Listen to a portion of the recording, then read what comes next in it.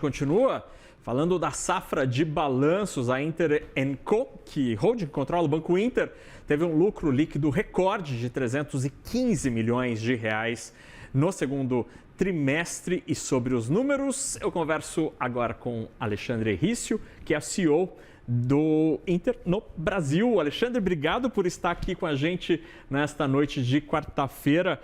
Me conta, o recorde no resultado foi gerado de que maneira? Boa noite. Boa noite, Naka. Prazer estar aqui com vocês. Novamente aqui, parabéns pelo trabalho. E, Naka, foi um resultado excelente, 315 milhões no trimestre, nosso resultado recorde histórico para um trimestre, 10º trimestre consecutivo de crescimento nos resultados. E esse resultado ele foi atingido com muita disciplina, né? A gente vem executando um plano que foi lançado em 2023, que é o nosso 60-30-30, 60 milhões de clientes, 30% de índice de eficiência e 30% de retorno sobre capital.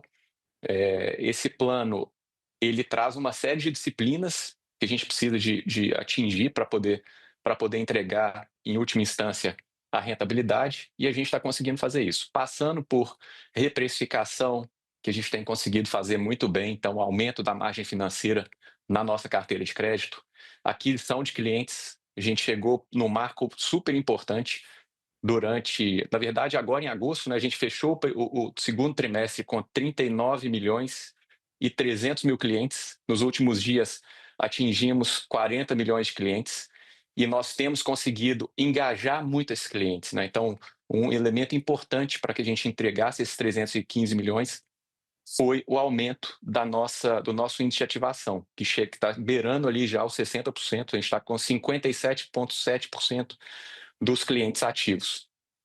E além de todo o negócio, né? Acho que você conhece um pouco, e os telespectadores, muitos já conhecem, né? O Inter tem uma plataforma muito completa, então são 7 verticais de negócios, passando por toda a parte de transações bancárias, crédito, investimentos, seguros, tem nosso shopping, nossa Global Account, nosso programa de fidelidade, que tem crescido muito.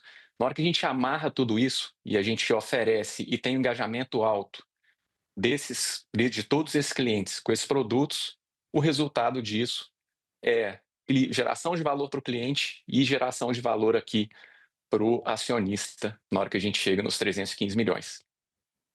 O balanço mostra aqui que o número, como você mencionou, né, o número de clientes da base do Inter no Brasil continua crescendo. Assim, em PJ, por exemplo, um crescimento de 19% em um ano. A pessoa física continua também com barrinha sempre para cima. A gente já está chegando num momento do mercado de bancarização e de atração por instituições digitais, como é o caso do Inter. A gente está chegando num limite ou ainda tem muito CPF e CNPJ para entrar na base de clientes? Eu vejo ainda muito espaço para crescimento. Então, e quais são as evidências disso, né? O primeiro é que a gente nunca parou de crescer.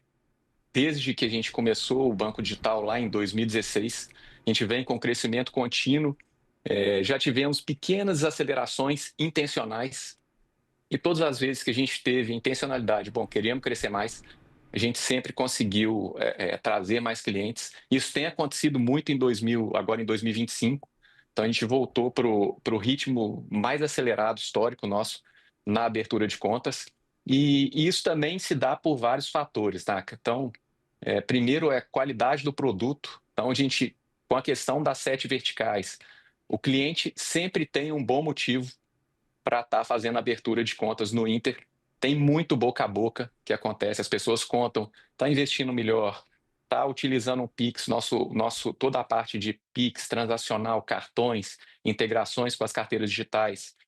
É muito simples, então a gente acaba simplificando a vida do cliente. E como a gente tem o NPS, né, que é o Net Promoter Score de 85, o que isso quer dizer? Quer dizer que os clientes estão sempre recomendando o Inter. Então isso por si só, e também dada a simplicidade para a abertura de conta, acaba sendo um indutor de crescimento. A gente vê muito espaço ainda para que isso continue acontecendo. E aí, Alexandre, uma coisa, o balanço aqui traz os números interessante sobre avanço da atividade bancária em alguns segmentos. Aí eu destaco aqui dois números que são bem expressivos aqui. Por exemplo, a carteira de consignado privado teve um aumento de mais de 2.000%. A base era pequenininha, é verdade, mas mostra que o banco foi ali com algum apetite nesse mercado, já que esse assunto estava no centro da história aí nos últimos meses. E a carteira do imobiliário, que é uma carteira a mais desejada das instituições bancárias, né? Crescendo quase 40%. Me conta um pouco, Alexandre, como é que tem sido para o banco oferecer crédito no momento de juros elevados, como tem sido este radar do cliente para entender risco, juro elevado, como é que fecha essa conta? Naka, a gente desenhou a estratégia do Inter ao longo dos anos para ser uma estratégia que conseguisse ser contracíclica. O que eu quero dizer com isso? Em momentos mais nervosos do ponto de vista macro, então, por exemplo, hoje a gente com a Selic aqui, que como a gente não via há muitos anos, a gente queria ter um modelo que pudesse continuar escalando.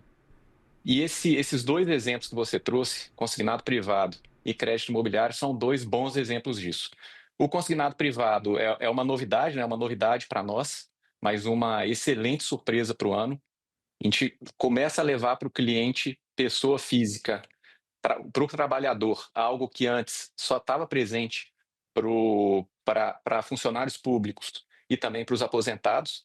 É um produto que está em fase de estabilização, mas vai ser um produto muito bom para o brasileiro. A gente está super animado com o que tem acontecido. Ainda é um processo de estabilização, mas nosso apetite é total para continuar crescendo nesse produto e levando para o brasileiro juros mais baixos.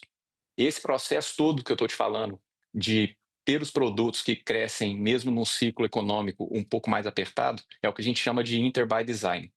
Então, consignado privado, totalmente dentro desse conceito do Inter by Design, e o imobiliário também. Por que esse imobiliário nosso tem crescido tanto agora em 2025?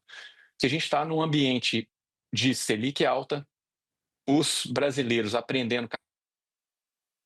E acho que perdemos aqui o contato com o Alexandre. Ele estava contando como o Inter tem atuado em carteiras de crédito, em produtos de crédito específicos, com uma atuação um pouco contracíclica, né? Você aproveita das suas características e do conhecimento que o banco tem dos seus CPFs, né? Da sua base de clientes, e consegue dessa maneira, a despeito do momento que, em tese, é de contração para o mercado de crédito, como é o atual, com uma Selic de 15%, você consegue mesmo assim crescer em algumas operações. E aí a gente estava falando especificamente, por exemplo, da carteira de crédito imobiliário, cresceu 37% no segundo trimestre, ela já soma mais de 13 bilhões de reais, e um crescimento aí absolutamente gigantesco, assim, de mais de 2.000% no consignado privado, com 728 milhões de reais ao fim do segundo trimestre. Alexandre, acho que você nos ouve aqui de volta. Você estava contando, mas então, voltei. que o banco ele atua dessa maneira quase que contracíclica ao conhecer muito bem os CPFs, ali, os seus clientes, e modelar o produto de maneira a, mesmo no momento de contração, com uma Selic elevada, você consegue ter espaço para ampliar a oferta de crédito. Exatamente. Então, isso acabou acontecendo com o consignado privado, onde a gente experimentou esse crescimento com números ali tão altos que quase que não fazem sentido, né? Porque partem de uma base muito pequena. Mas a gente tem conseguido também crescer bastante no crédito imobiliário. O crédito imobiliário, especificamente, o que acontece? Nós atuamos no crédito imobiliário de mercado, que é um crédito imobiliário sustentado por captações a preço de mercado e taxas também na parte do ativo, né, na parte do crédito imobiliário de mercado.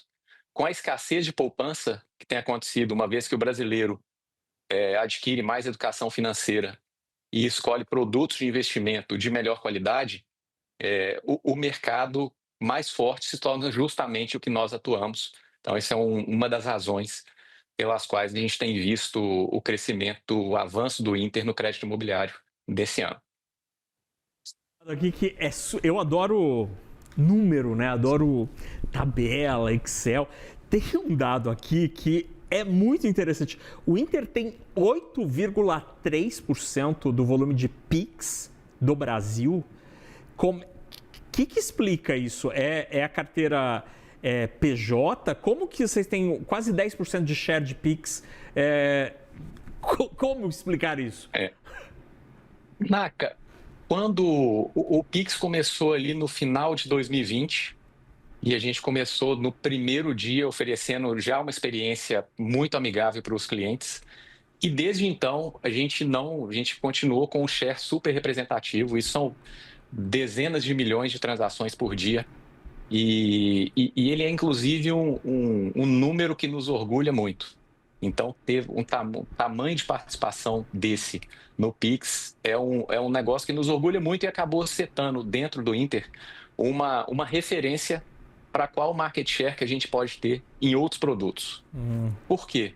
Porque na hora que a gente tem 8,3% dos Pix passando dentro do Inter, você sabe que é muita transação, é muito engajamento de cliente. Isso ainda não se reflete em todos os nossos outros produtos. Então, em crédito, a gente tem alguns créditos que a gente tem um market share maior. Então, por exemplo, home equity, a gente já se aproxima de 10% de share, mas a maioria dos produtos de crédito, nós temos market share que variam entre 1,5% e 3%. No antecipação do saque aniversário, um pouquinho maior, por volta de 4%. Mas a gente gosta de pensar e de ter a ambição de levar todos esses outros market share para o caminho dos 8% que a gente tem no Pix. E o Pix tem uma importância especial, eu falei um pouco, mas queria reforçar, que é toda a questão do engajamento dos clientes, né? Aqui o cliente está fazendo o login diariamente para poder ver se ele recebeu um Pix ou para eventualmente enviar um Pix. E aí a gente chega em um outro número que eu gosto muito, que é o número de transações financeiras que a gente tem no mês, né? A gente chegou agora em junho em 780 milhões de transações financeiras em um mês. Aqui a gente está falando de todos os Pix, transações de crédito, transações de débito, transações de investimento. E é muita transação. Então é realmente muito bom. E a questão do market share mostra a relevância que isso traz, que o Inter já tem no sistema. Vantagens de ter um cliente que é nativo digital, né, Alexandre? Porque em instituições como o Inter, o teu relacionamento ele começa aqui, né? Você não precisa entrar numa agenda, numa porta giratória, e aí o nativo digital faz o Pix como uma extensão dos dedos aqui. Alexandre Vício... Diga. Não, eu só ia fazer um comentário também, Naka, que é legal, assim, o que ter 8% do volume de Pix... Voltou. Da quantidade, achei que eu fosse cair de novo, voltei. Da quantidade de Pix traz para a gente, né? A gente tem conseguido avançar muito também na força da marca do Inter.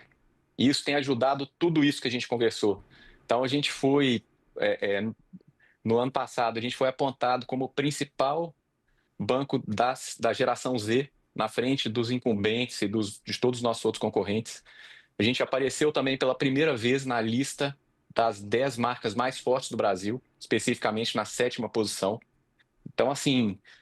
isso tudo tem reforçado muito esse posicionamento do Inter, que volta também, de novo, alimenta aquela sua pergunta de se temos mais crescimento pela frente. Então, temos muito crescimento pela frente. Alexandre Vício, que é CEO Brasil do Inter, comentando aqui com a gente o lucro líquido de 515 milhões de reais no segundo trimestre. 315, um ROI de 13,9%, receita bruta de 3,6 bi e uma carteira bruta de crédito que bateu os 40 bilhões de reais. Alexandre, obrigado pela conversa, bom finzinho de quarta-feira, boa noite. Obrigado, Naka, para vocês também. Um abraço. Abraço.